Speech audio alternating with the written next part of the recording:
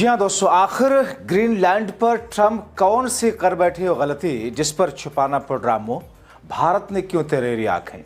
स्वागत है आप सभी का। आप देख रहे हैं द राजनीति का विशेष सेगमेंट खबर और विश्लेषण। मैं हूं जबार खान। दोस्तों, बीते कुछ महीनों से और खास तौर पर बीते 1.5 वर्षों से अगर मैं बात करूं, जब से डोनाल्ड ट्रंप दूसरी बार प्रेसिडेंट चुने गए, उसके बाद एक उनके फैसले दुनिया में चर्चा का विषय बन रहे हैं। जिस तरीके से कई बार उन्होंने तेवर दिखाए, भारत और पाकिस्तान के बीच में ऑपरेशन सिंदूर को लेकर जो कुछ उन्होंने कहा और किया, और उसके बाद में रूस से तेल लेने पर भारत के साथ जिस किस्म का रवैया दर्शाया, और फिर वेनेजुएला पर अटैक करना, उसके राष्ट्रपति को पत्नी समेत उठवाने से लेकर ग्रीनलैंड का जो मामला सामने आया, कहीं ना कहीं एक बार फिर से चर्चा का विषय बना। ट्रंप ने डवास के वर्ल्ड इकोनॉमिक फोरम में भी ग्रीनलैंड पर कब्जा का रुख साफ किया। वो भी यूरोपीय देशों के नेताओं के सामने। क्या कहते हैं वो, क्या दावा करते हैं? वो कहते हैं कि ग्रीनलैंड को अमेरिका के अलावा कोई भी देश सुरक्षित नहीं रख सकता है। ग्रीनलैंड पर कब्जा करने की अमेरिका की कोशिश और इसका विरोध करने वाले यूरोपीय देशों पर टैरिफ लगाने की ट्रंप की घोषणा के बाद यूरोपीय देश गुस्से में है।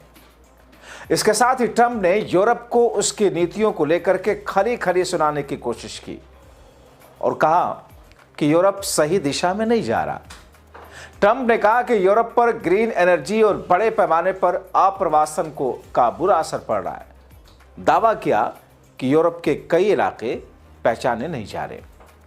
दोस्तों, ट्रंप ने स्विट्जरलैंड के दावोस में कहा कि ग्रीनलैंड एक अहम रणनीतिक जगह पर बिना सुरक्षा के है, और तर्क क्या है कि अमेरिका के अलावा कोई भी देश इसे सुरक्षित नहीं रख सकता। उन्होंने डेनमार्क की आलोचना करते हुए कहा कि वो एहसान फरामोश हो रहा है। दूसरे विश्व युद्ध का जिक्र किया। वो कहा कि डेनमार्क जनवरी के सामने हार गया था, वो खुद और ग्रीनलैंड की रक्षा करने में असमर्थ था। अमेरिका को बहुत ज्यादा कीमत और खर्च पर उस इलाके को बचाने के लिए अपनी सेना भेजनी पड़ी। डेनमार्क जानता है। ट्रंप कहते हैं कि दूसरे विश्व युद्ध के बाद ग्रीनलैंड वापस देना अमेरिका की बेवकूफ़ी थी।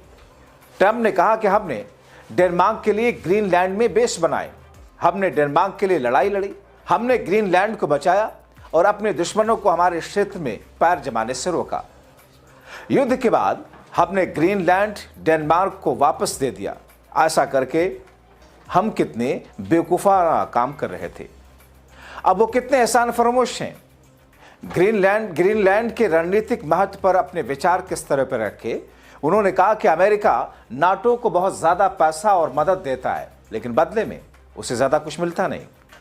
ट्रंप कहते हैं कि ग्रीनलैंड को खरीदना या लेने की बातचीत चल रही है। ये नाटो के लिए कोई खतरा नहीं है, बल्कि इससे नाटो की सुरक्षा और मजबूत होगी। वो जल्द ही ग्रीनलैंड के बारे में बातचीत शुरू करना चाहते हैं। ट्रंप दावा करते हैं कि उनके हिसाब से एक स्मार्ट कदम है जो अमेरिका और पूरी दुनिया के लिए फायदेमंद होगा। ट्रंप कहते हैं कि अमेरिका ग्रीनलैंड पर कब्जा के लिए बल का इस्तेमाल नहीं करेगा। ट्रंप ने कहा, मुझे ग्रीनलैंड के लोगों और डेनमार्क के लोगों दोनों के लिए बहुत सम्मान है, लेकिन हर नाटो देश का यह फर्ज है कि वो अपनी जमीन की खुद रक्षा कर सके। और सच ये है कि ग्रीनलैंड की सुरक्षा करने की स्थिति में अमेरिका के अलावा कोई और देश या देशों का समूह है ही नहीं। अब दोस्तों, दुनिया में एक ऐसी स्थिति जिस समय एक तरफ रूस अपने दूसरे अलाइज देशों के साथ में अपने अलग तरीके के अस्तित्व और पैर जमाने की कोशिश, या यूं कहें कि अपना वर्चस्व बढ़ाने की कोशिश, तो दूसरी तरफ अमेरिका जो कि भारत पर रूस से दूर रहने का दबाव डालता है, और तीसरी तरफ मौजूदा वक्त में वेनेजुएला प्रकरण के बाद में अब ग्रीनलैंड के इस मामले को लेकर के जिस किस्म की स्थिति उत्पन्न कर रहा है, और ख़ास तौर पर वो जिस तरीके से यूनाइटेड नेशन को भी जिस अंदाज में धमकी देता है।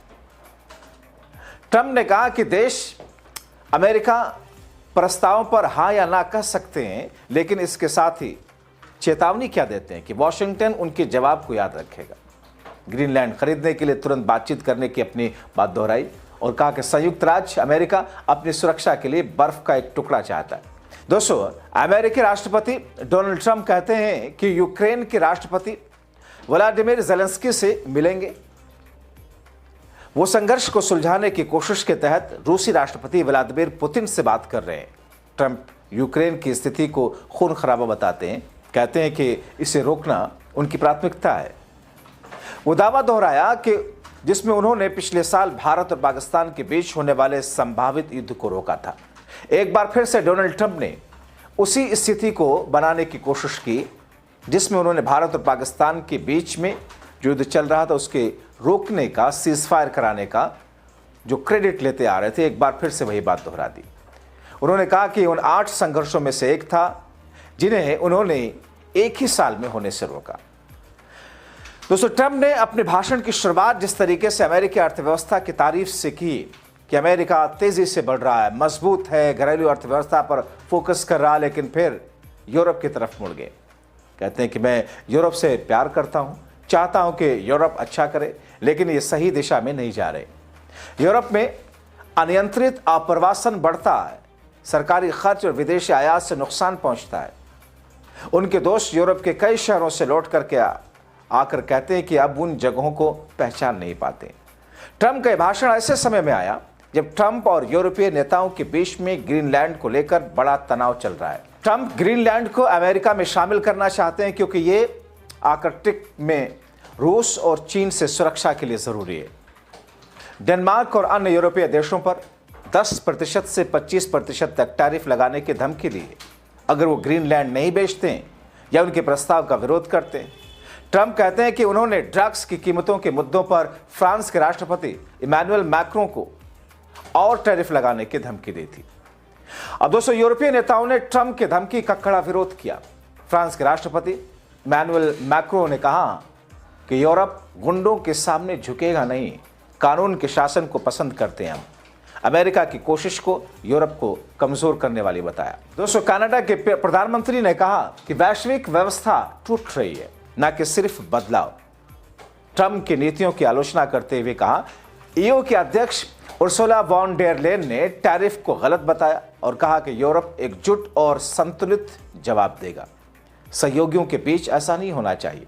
नाटो के प्रमुख मार्क रट्टो ने कहा कि विचारशील कूटनीति की अब जरूरत है, लेकिन जिस तौर पर, जिस अंदाज में डोनाल्ड ट्रंप तमाम स्थितियों और परिस्थितियों को एक साइड करके अपने उस फोकस पर फोकस करते हुए दिख रहे हैं जो टारगेट के तौर पर उन्होंने पहले ही बना रखा है। लेकिन इन तमाम चीजों के बीच में यूरोप, एशिया और जिस हिसाब से वेनेजुएला प्रकरण के बाद में उधर ईरान से जिस तरीके की तनातनी है, अब ऐसे में जो गलती उन्होंने की और जिस गलती का खामियाजा यूरोपीय अब उन्हें भुगतने की बात और चेतावनी की शक्ल में दे रहे हैं, जाहिर तौर पर यह दर्शाता है कि आने वाले दिनों में कहीं न कहीं ये टसल और बढ़ेगा। आप क्या सोचते हैं? अपने राय कमेंट बॉक्स में जरूर लिखें।